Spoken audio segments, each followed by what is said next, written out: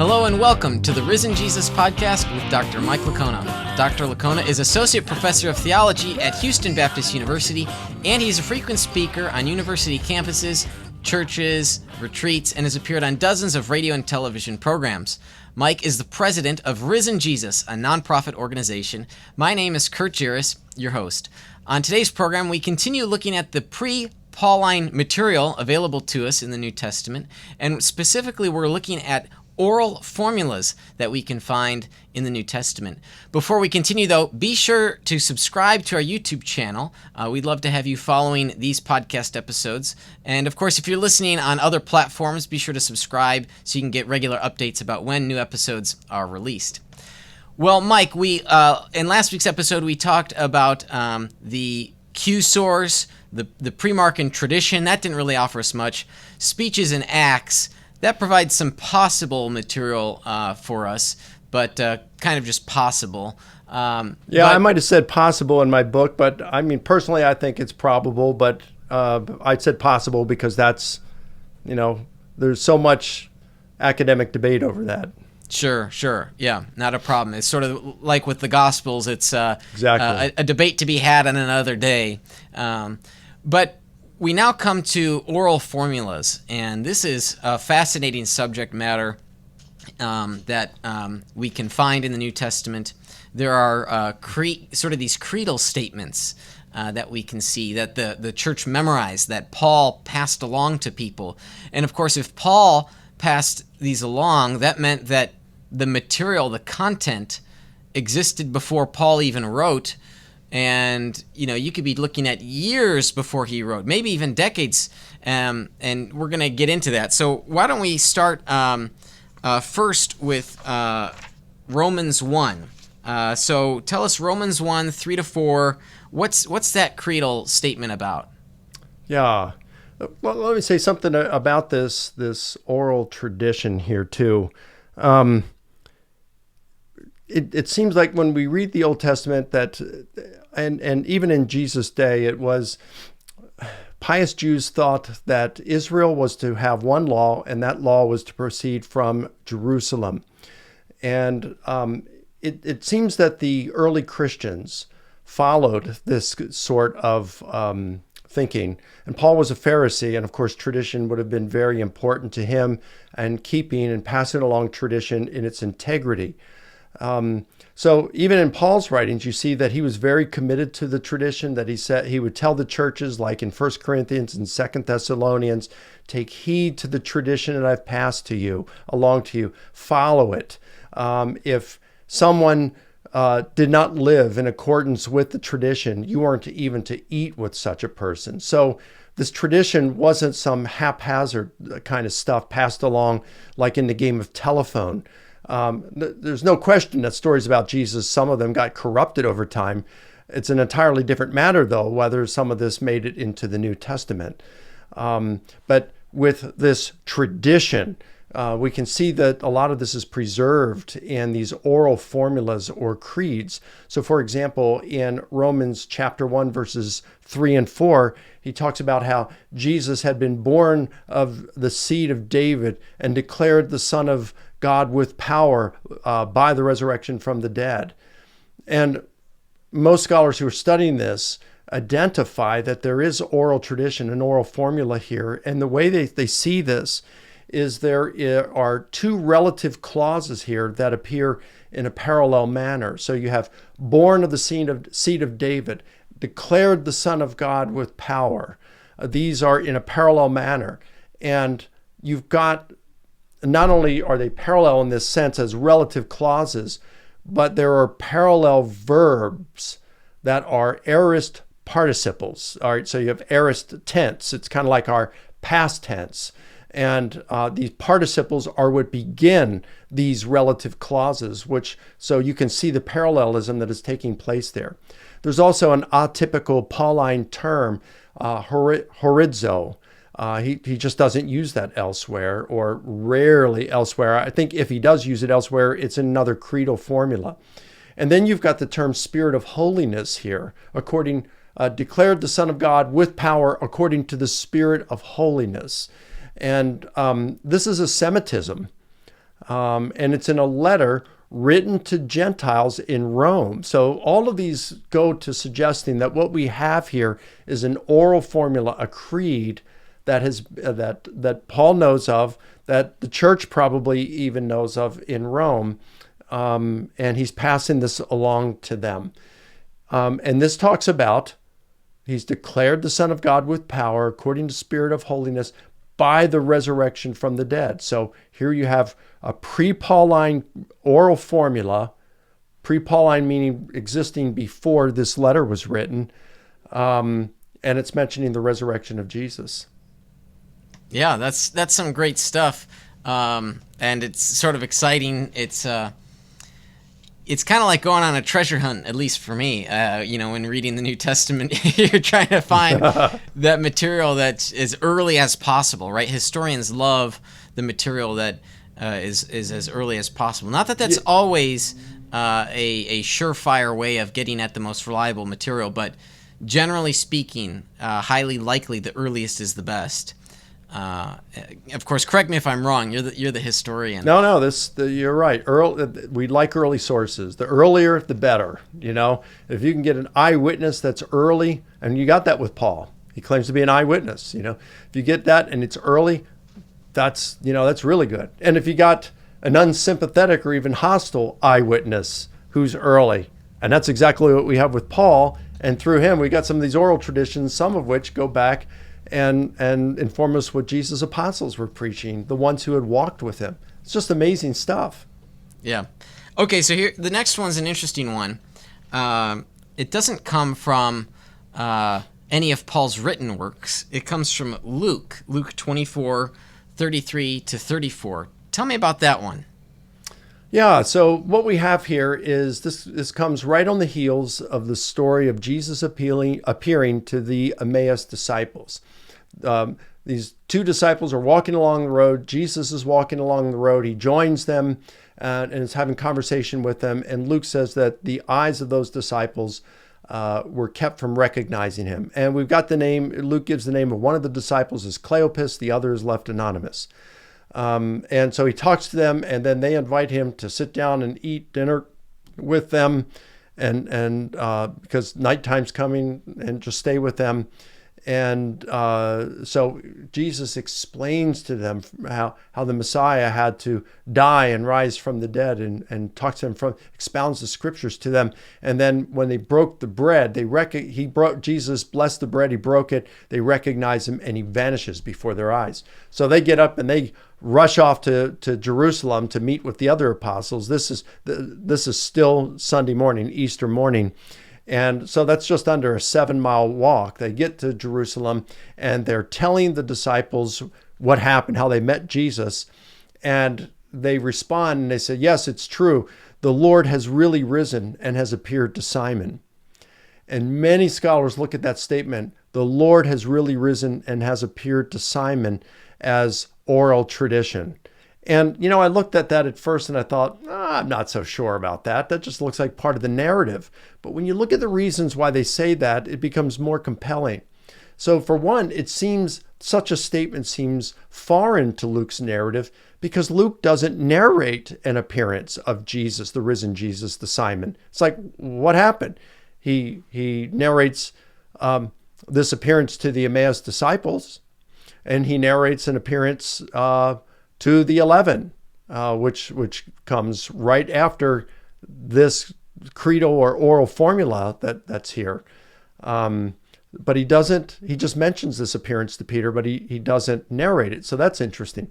The second thing is this appearance to Peter is mentioned in our most important oral formula, which we'll look at, and that's 1 Corinthians 15, verses 3 through 7.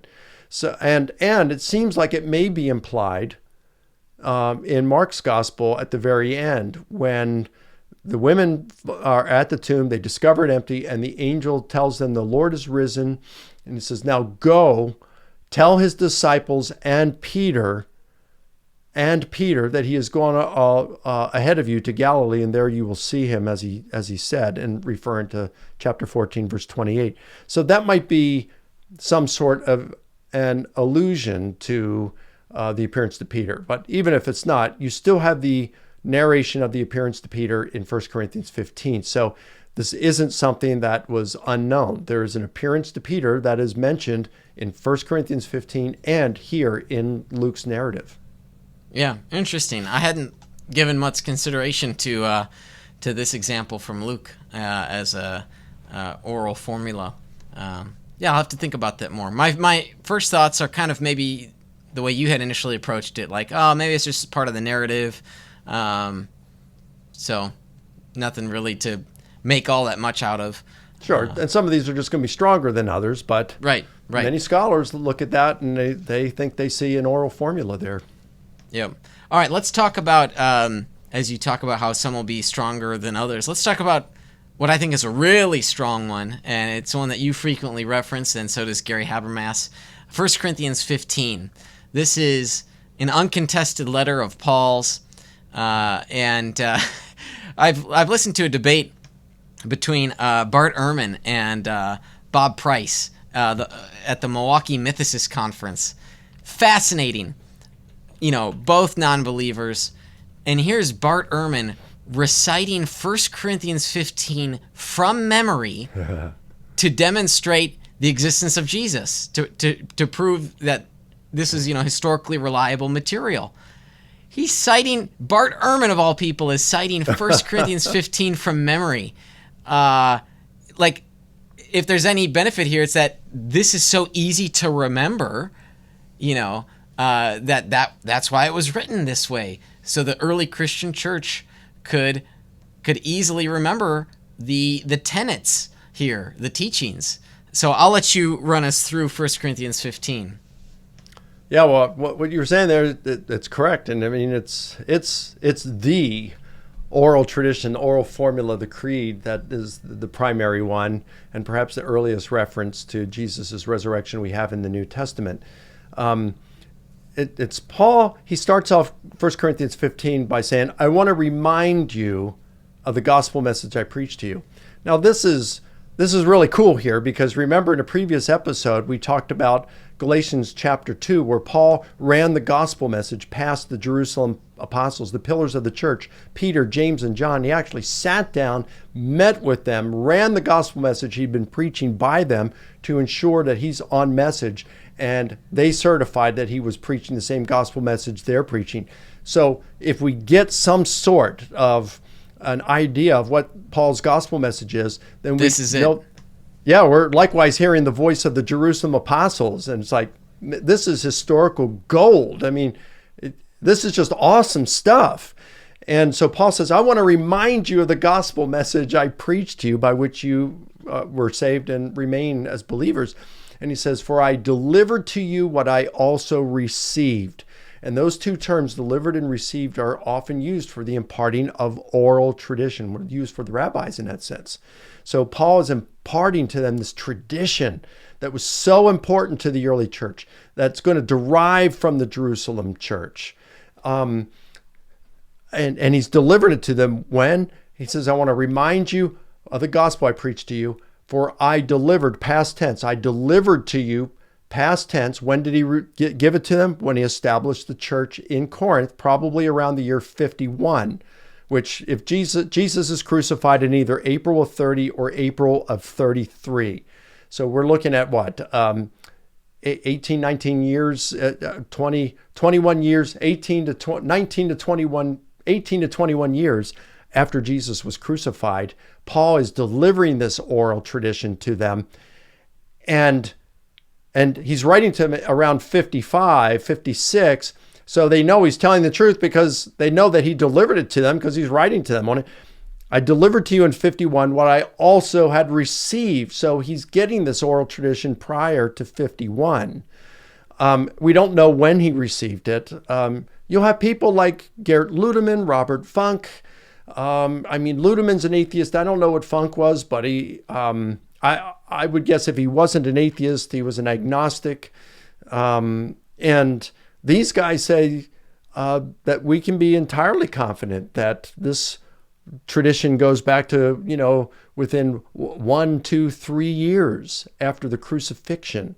James D.G. Dunn, who just died recently, he said we can be entirely confident within 6 months of the crucifixion. Now, honestly, I mean, I'd like to go with this. This is what even skeptical scholars like Funk and Ludeman would say, and a moderate conservative like Dunn would say, but I don't see it. I mean, they could have received it then.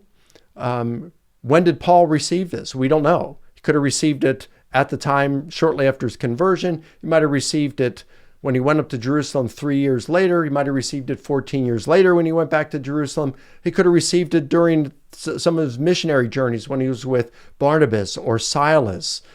We just don't know when he received it. We know it was prior to 51, and he was confident that this is reflecting what the Jerusalem apostles are preaching. And you know what F.F. Bruce pointed out? He said it's no mere coincidence that in this oral tradition that Paul specifically mentions by name Peter and James as those to whom Jesus had appeared. And remember, in Galatians 1, he spent 15 days with Peter, and he saw James, the brother of Jesus. And in Galatians chapter 2, he met with Peter and James again. So this is probably where he's receiving this information. And so then after that, he says, at verse 11, whether he speaks about the death, burial, resurrection, and appearances. And by the way, you got parallelism here. It's a long, short. Christ died for our sins according to the scriptures, and that he was buried, and that he was raised on the third day according to the scriptures, and that he appeared. So long, short. That all I delivered to you what I also received. And then you got the long, short. And then he says, whether I or they, the other apostles, this is what we preached and what you believed. And when he says the word preach, he is not using the same word. I want to remind you of the gospel message that I preached to you, which he says in verse 1. The one in verse 1 is euangelizomai. It's translated, the gospel that I preached to you. That's the English translation, but it's one word in Greek, euangelizomai. I want to remind you, I want to remind you of the good news message. But then he says, whether I or they, this is what we preached, keruso, from kerygma. This is the formal apostolic proclamation here. And this is what you believe. This is just so cool to see this. Everything is there pointing to this oral tradition, death, burial, resurrection of Jesus, and appearances to 3 individuals, Peter, James, and Paul. He gives his own testimony in verse 8. And then 3 group appearances, to the 12, to more than 500, and to all the apostles. This is really cool stuff. Yeah, that is great material. The reason why he's mentioning these names as well is he's encouraging people, hey, go check it out yourself. That's the at least purpose that it serves. The function that it can for people is, these people are still alive. If you've got questions, go ask them. So it's really, like you said, it's gold. And this material, again, there's debate over when exactly he received it, but the point is that it's the earliest, quite possibly the earliest existing material in the New Testament. And we get right back, not only from an eyewitness, but he probably receives this information from others who claimed to be eyewitnesses and who had verified that the gospel he was preaching was theirs as well. It's just amazing. Yeah, it's great to see the collaboration and I guess historically the corroboration here in the text. Yeah, it's not legend we're talking about. You could accuse them of hallucinating or lying. Of course, the group appearances seem to militate against hallucinations. Even the appearance to Paul, since he's not grieving over Jesus' death, But so it's unlikely hallucinations. It's unlikely legend that developed over time. The fact that later on we learn that these disciples were willing to suffer continuously and willing to die for their faith, and many of them were martyred for their gospel proclamation, shows that they were sincere about what they were proclaiming. In other words, they were not only saying Jesus rose from the dead, they really believed that it happened and that he had appeared to them. So we get a lot from this. Yeah, great. Mike, I've got a question from a listener, Chris. Can we put to rest the dumb telephone game objection once and for all? Like, no holding back. Yeah, well, look, so the telephone game, or Chinese whispers as they call it over in Europe, is, something we play when we're in grade school, where, we're like kindergarten, 5 years old, and the teacher whispers something in your ear and you pass it to the person next to you, whisper in their ear. And by the time you get to the end of the class, it doesn't even resemble what was originally given. And if that can happen in a classroom of kids within 5-10 minutes, then what happens to the oral tradition over all those years of the decades before they make their way into the Gospels? You got to, and that's kind of how it's presented at times. And we just can't trust that this is what the original story was. It may not even reflect it at all. And, first of all, that betrays, it doesn't take into account these oral formulas. And, when you're looking at Paul here, he's getting this from the Jerusalem apostles, and they certified it is what they are preaching as well. So there we go. Boom. Right there. You can't get any better than what we have there in this creed. So did stories of Jesus get corrupted over time through the game of telephone being passed around carelessly? Absolutely. Do we have evidence for this? Not necessarily, but I mean, it is so obvious and that it would happen over time, that things would get amplified, what he did and all this, that we'd be shocked if it didn't happen. But the question is that what we find in the Gospels? And it seems to me that those who want to claim that the game of telephone is so largely involved in the discrediting the Gospel stories about Jesus, it's like, in order for that to happen, it's like the apostles, shortly after Jesus' death, would have had to go off on a permanent religious retreat and were never heard from again. But Paul's undisputed letters in the book of Acts discredit such a view, because they inform us that the church was headquartered in Jerusalem. That's where the apostles were, and they were proclaiming Christ for at least the first 2.5 decades after Jesus' death. And this brings us up to the very doorstep of when the first gospel, Mark, was written. It also presupposes or assumes that the gospel authors lack the desire and the sense to sift through traditions about Jesus, filtering out those that were suspected of being poor or being incorrect, and retaining those that were believed to be rooted in the eyewitness testimony. And then I do think that we do have some good evidence for the traditional authorship of at least some of the Gospels. I have a student at HBU.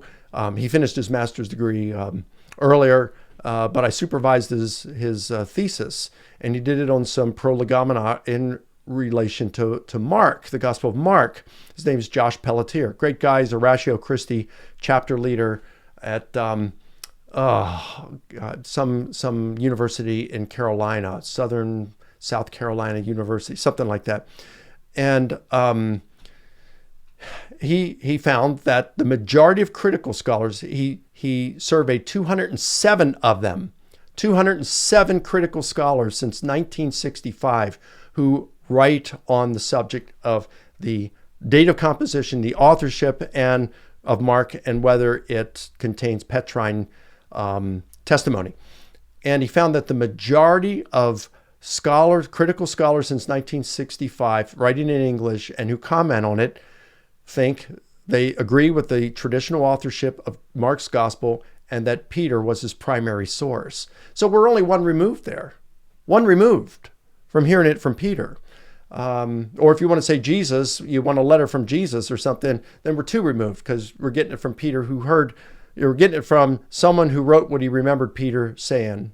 John's gospel, even though most critical scholars today reject the traditional authorship of John, they still think that whoever wrote John was largely reliant on the eyewitness testimony of one of Jesus's disciples. And then we could go on and talk about Luke and Matthew. I just don't want to get too far off here. But, you've got this stuff that, it's not all this, stuff passed around for so long, and that's what found its way into the Gospels. We can be pretty confident that we are hearing some stuff that has been preserved accurately. It doesn't guarantee that everything we're reading in the Gospels happened, or that all of it's been preserved accurately. But it's very far. What we have is quite reliable and very far from the positing of careless transmission of all this stuff over all the years and that we can't trust what we have today. Yeah. Now, analogies are either weak or strong. In this case, the telephone game objection or concern is just really a weak analogy about what we have pertaining to the oral teaching of the church. As Mike pointed out, we might be 2 people removed. We're not 20 to 30 people down the line, and finally it's getting around to being written. That's just sort of a weak analogy. So very, very good question, though, and that can be a common concern, not just about oral tradition, but also I know manuscript evidence. I think knowing this listener, he was wondering about the oral tradition here. So good question there. All right, Mike. Well, thanks for guiding us through the oral formulas here. These are just 3. I know that there are others and others you address in your book as well. For the Romans 1, you rate it as possible plus. For Luke 24, you have possible. But for 1 Corinthians 15, highly probable. This is some of the best stuff. It's gold from a historian standpoint. Great material for us when we think about the historical sources, the relevance and value of historical sources pertaining to the resurrection of Jesus. Let me just say something about the possible plus of the Romans Sure. 1, 3, and 4. I'm trying to be super, super careful and conservative in a sense of not going further than the evidence can bear. And whereas I would personally look at Romans 1, 3, and 4 as creedal material and rate that as probable, I said possible plus, 1 step below probable, because I just wanted to be careful that my biases were not unduly guiding my investigation. So I wanted to err on the side of caution and not overstating it. So I think I probably went too far, further than I needed to, but I didn't want to be accused of too quickly granting these things. And I was seeking truth, so I didn't want to do that. I figured if I'm being even too conservative, not theologically conservative, but too conservative, I'd rather do that than to be, to accept it too quickly. Right, yeah. And for the purposes of your project, your target audience, etc. Yeah. Whereas today you might say, oh, no, this is not just possible plus, it's probable. This is good material. So it's part of those ongoing conversations with people and going further with others that space perhaps didn't permit in this already large book. Good. All right. Well, next week we're going to be moving away from Christian sources to non-Christian sources, and I'm looking forward to hearing Mike's thoughts on a number of those ancient historians and the value we can get about the resurrection of Jesus from there. If you'd like to learn more about the work and ministry of Dr. Mike Licona, you can go to risenjesus.com, where you can find authentic answers to genuine questions about the reliability of the Gospels, the resurrection of Jesus, world religions, cults, loads of great free resources at the website, ebooks, PDFs, video debates, all sorts of great content. If this podcast has been a blessing to you, would you consider becoming one of our monthly partners? We really appreciate the support of listeners like yourself. To get started with your support today, go to risenjesus.com/donate. Be sure to like Dr. Licona on Facebook, follow him on Twitter, and be sure to subscribe to this channel on YouTube if you don't already. And you can also follow this podcast at the Google Play Store or Apple Podcasts as well. This has been the Risen Jesus Podcast, a ministry of Dr. Mike Licona.